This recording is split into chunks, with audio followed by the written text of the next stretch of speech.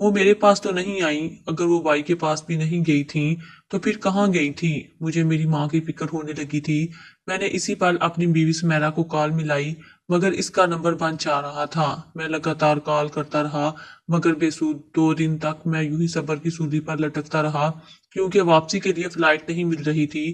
میں نے بیوی کو کئی بار کال کی، مگر فون مسلسل بند جا رہا تھا۔ میرے دل کی بے چینی جب حد سے بڑھ گئی تو جلد از جلد واپسی کا انتظام کیا۔ اگلے ہی دن میں نے ٹکٹ بک کروائی اور بغیر کسی کو خبر دیے واپس پاکستان لوٹ آیا۔ میرے دل میں ماں کو لے کر عجیب سے وسوسے آ رہے تھے۔ وہیں دوسری جانب سمیرا کا میری کال نہ اٹھانا مجھے الگ پریشان کر چکا تھا۔ کچھ دیر بعد میں اپنے گھر کی دہلیز پر پہنچا تھا۔ دل کی دھڑکنوں میں اس پل اضافہ ہوا تھا۔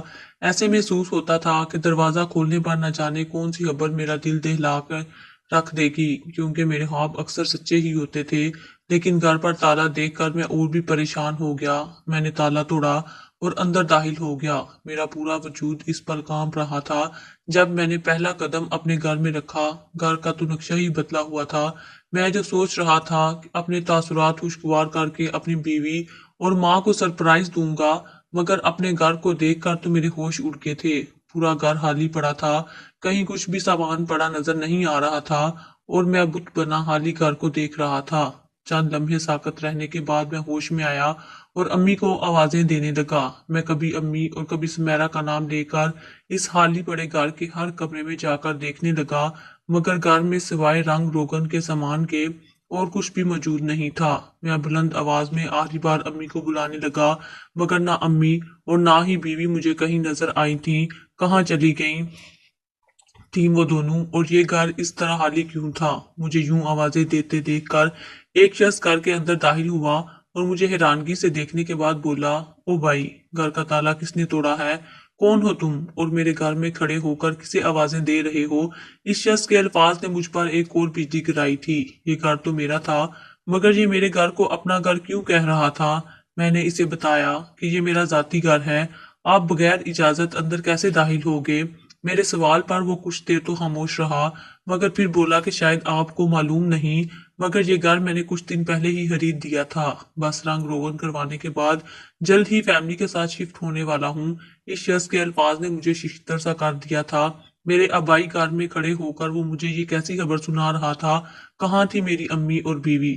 میں سوچ میں پڑ گیا اور اس شخص سے پوچھنے لگا کہ اس گھر میں تو میری بیوی اور ماں رہتے تھے، وہ کہاں گئے ہیں؟ میرے سوال پر وہ کچھ دیر بعد بولا، اس عورت نے تو خود یہ گھر مجھے بیچا ہے اور مجھ سے پیسے دے کر چلی گئی، اس سے زیادہ میں اور کچھ نہیں جانتا۔ میں اس شخص کی باتیں سن کر ہکا بکا رہ گیا تھا۔ یہ گھر تو میری ماں کے نام پر تھا اور ہمارا آبائی گھر بھی تھا، پھر کیسے میری ماں اس گھر کو بیچنے کے لیے مان گئی تھی؟ میرے دماغ میں تو اس پل آندیاں سی چل رہی تھیں۔ 2 ماہ کے لیے میں یہاں سے گیا تو میری پیٹھ پیچھے یہاں کیا سے کیا ہو چکا تھا، اپنے ہی گھر میں غیروں کی طرح کھڑا تھا۔ میں اپنے آنسو حلق کے راستے نیچے اتارنے لگا۔ جب گھر سے باہر نکلا تو تبھی راستے میں پڑوس کے انور میاں مل گئے۔ مجھے دیکھ کر پہلے تو گرم جوشی سے میرا استقبال کیا اور پھر بولا کہ تمہاری بیوی نے تمہارے جانے کے بعد بالکل بھی اچھا نہیں کیا، وہ گھر کا سارا سامان محلے والوں کو بیچ کر آخر میں اس گھر کو بھی بیچنے کے بعد تمہاری ماں کو لے کر نہ جانے کہاں چلی گئی ہے۔ ایک پر ایک دھماکہ سن کر میرا تو دماغ معاف ہو رہا تھا۔ میرا تو ایسی لڑکی نہیں تھی، وہ تو بہت ہی معصوم اور گھرداری میں مصروف رہنے والی لڑکی تھی، پھر وہ کیسے یہ سب کر سکتی تھی؟ میرے دل میں اس کے لیے نفرت امڑی تھی۔ میں نے سمیرا کے میکے کا رخ کیا، مگر وہ وہاں بھی موجود نہیں تھی۔ آہستہ آہستہ مجھے احساس ہوا کہ سمیرا پر بھروسہ کرنا میری زندگی کی سب سے بڑی خطا تھی۔ نہ جانے میری ماں کہاں اور کس حال میں ہوگی، وہ تو نابینا تھیں، ان کی آنکھوں میں تو روشنی ہی موجود نہیں تھی۔ میں سڑکوں پر مارا مارا پھرنے لگا اور جہاں ممکن تھا وہاں اپنی ماں کو ڈھونڈنے لگا۔ اپنے سبھی رشتہ داروں سے پوچھ دیا تھا، مگر میری ماں ان میں سے کسی کے گھر بھی موجود نہیں تھی۔ آخر تھک ہار کر ایک درخت کے نیچے بیٹھ گیا اور چہرہ چھپا کر رونے لگا۔ نہ جانے میری ماں کہاں اور کس حال میں تھی۔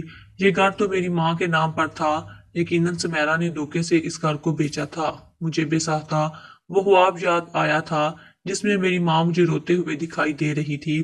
یقیناً میری امی ابھی بھی کسی اذیت سے دوچار تھیں۔ تبھی خدا کی جانب سے مجھے وہ اشارہ ملا تھا۔ میری ماں کو شوگر کا اٹیک آیا تھا، جس کا اثر ان کی آنکھوں پر پڑا تھا، وہ اندھی ہو گئی تھیں۔ مجھے اپنے گھر اور جائیداد کی فکر نہیں تھی، بلکہ صرف اور صرف اپنی ماں کی فکر تھی۔ کچھ دن یوں ہی بیت گئے، مگر میری ماں کا کچھ پتہ نہ لگ سکا۔ میں نے کرائے پر ایک مکان لے لیا تھا۔ فی الحال کسی بھی طرح کی کارروائی کر کے میں اپنے گھر اور جائیداد واپس نہیں دے سکتا تھا جب تک میری ماں نہ مل جاتی۔ میں چند گھنٹے آرام کرتا اور پھر در در کی خاک چھانتا پھرتا، شاید کسی در مجھے میری ماں مل جائے۔ ایک ماہ گزر چکا تھا اور میری ماں کی کوئی خبر نہ تھی، نہ ہی سمیرا مجھے نظر آئی تھی۔ دن بدن سمیرا کے لیے میری نفرت بڑھتی چلی جا رہی تھی۔ میرا مستقبل تباہ ہو کر رہ چکا تھا۔ میرے پاس جو کچھ بچی جمع پونجی بھی ختم ہوتی چلی جا رہی تھی۔ امی کی گمشدگی اور سمیرا کے دھوکے کے بارے میں نے بڑے بھائی کو بھی بتا دیا تھا۔ وہ بھی اپنے ذرائع استعمال کر کے امی کو ڈھونڈنے میں لگے تھے۔ بار بار اب تو ایک ہی خیال دل میں ڈیرا جمائے بیٹھا ہوا تھا کہ کہیں میری ماں مجھے چھوڑ کر اس دنیا سے رخصت تو نہیں ہو گئی۔ سمیرا جیسی عورت جس نے دولت کی خاطر اس گھر کی ہر شے بیچتی تھی، آخر اس نے میری ماں کے ساتھ نہ جانے کیا سلوک کیا ہوگا۔ میں انہی وسوسوں کا شکار 2 ماہ تک لگاتار ماں کو ڈھونڈتا رہا۔ پولیس میں رپورٹ بھی درج کروائی تھی، چند عوامی اخباروں میں اپنی ماں کی تصاویر بھی شائع کروائیں۔ جب بھی فون بجتا تو یہی امید جاگتی کہ شاید میری ماں کے بارے میں کوئی خبر ملی ہو، مگر ہر بار مجھے مایوسی کا سامنا کرنا پڑتا۔ رفتہ رفتہ نہ چاہتے ہوئے بھی میں زندگی کی جانب واپس لوٹنے لگا۔ پیٹ بھرنے کی خاطر کمانا بھی تو تھا۔ میں نے اسی شہر میں ایک چھوٹی سی فیکٹری میں نوکری کرنا شروع کر دی۔ اس رات جب کام سے واپس آ کر میں سویا تو ایک بار پھر میری ماں میرے خواب میں آئی، جو روتے ہوئے کہہ رہی تھی کہ بیٹا مجھے یہاں سے آ کر لے جاؤ، بہت دم گھٹتا ہے میرا اس کوٹھڑی میں۔ ماں کی دل خراش چیخیں خواب میں بھی سن کر میرا دل کانپ اٹھتا تھا۔ اس رات میں چیخ چیخ کر روتا رہا، شاید آس پڑوس کے گھروں تک میری آواز گئی تھی۔ مجھے جب کوئی دوسرا راستہ نظر نہ آیا تو تھک ہار کر بے بسی سے سجدہ ریز ہو گیا۔ میں نے بہت ہاتھ پاؤں مار لیے تھے، مگر مجھے میری امی نہیں ملی تھی۔ میں تھک چکا تھا اور اب خدا سے دعا کرنے لگا کہ مجھے میری ماں سے ملوا دے۔ اگلی صبح میں کام کے لیے فیکٹری نکلا تو دوپہر کو ہی ہمیں چھٹی ہو گئی۔ میں گھر کے لیے نکلا تو میری نظر ایک کار پر پڑی جو میرے بے حد قریب سے گزر کر آگے جا رہی تھی۔ میں نے جب کار کی پچھلی سیٹ پر دیکھا تو میرے ہوش اڑ گئے۔ وہاں تو میری بیوی سمیرا بیٹھی تھی۔ میں حیرت سے آنکھیں پھاڑے اسے دیکھتا رہ گیا۔ شانوں پر بکھرے بال، آنکھوں پر سیاہ چشمہ لگائے، بغیر دوپٹہ اوڑھے، وہ تو چند ماہ میں بالکل ہی بدل کر رہ گئی تھی۔ رش کم ہوا تو اس کی گاڑی نے سپیڈ پکڑ لی۔ میں نے بھی فوراً ٹیکسی بک کی اور اس کار کا پیچھا کرنے لگا۔ میرے دل میں نفرت کی آگ ایک بار پھر بھڑک اٹھی تھی۔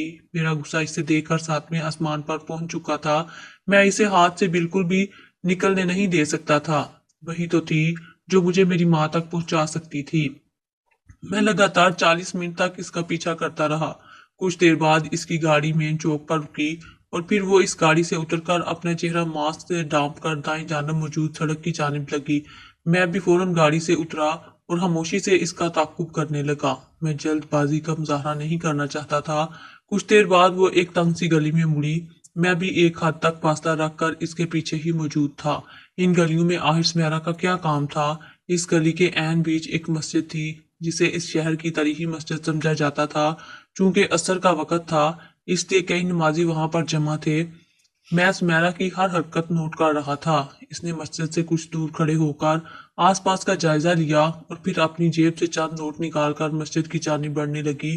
وہاں مسجد کے باہر چند فقیرنیاں بیٹھی تھیں۔ سمیرا ان میں سے ایک فقیرنی کے ہاتھ میں پیسے تھماتے ہوئے نہ جانے کیا بولی کہ اس فقیرنی نے فوراً اپنا سر ہلا دیا۔ اس کے چہرے پر ایک موٹی چادر کا پلو گرا تھا۔ میں اس کا چہرہ واضح نہ دیکھ سکا، نہ میرا اس فقیرنی کی جانب دھیان تھا۔ کچھ دیر بعد وہ سمیرا مسجد سے دور ایک تنگ سی گلی کی جانب بڑھنے لگی اور 5 منٹ بعد وہ فقیرنی بھی اپنی لاٹھی کے سہارے چلتے ہوئے اس گلی میں چلی گئی۔ میرے لب خشک ہو چکے تھے۔ سمیرا کا اس فقیرنی سے آخر کیا کام تھا؟ میں دبے پاؤں چلتا چپ پر اس تنگ گلی کے شروع میں کھڑا ہو گیا۔ اس کے بعد جو منظر مجھے دکھائی دیا، اسے دیکھ کر میرے پیروں کے نیچے سے زمین نکل گئی۔ وہ فقیرنی اپنی پوٹلی سے کئی نوٹ نکال کر سمیرا کو دے رہی تھی، جنہیں سمیرا للچائی نظروں سے فوراً پکڑ کر اپنے پرس میں ڈال رہی تھی۔ مجھے یہ منظر کچھ سمجھ نہیں آیا تھا۔ آخر سمیرا اس فقیرنی سے اتنے پیسے کس لیے لے رہی تھی؟ میرا پورا وجود اس پل کانپنے لگا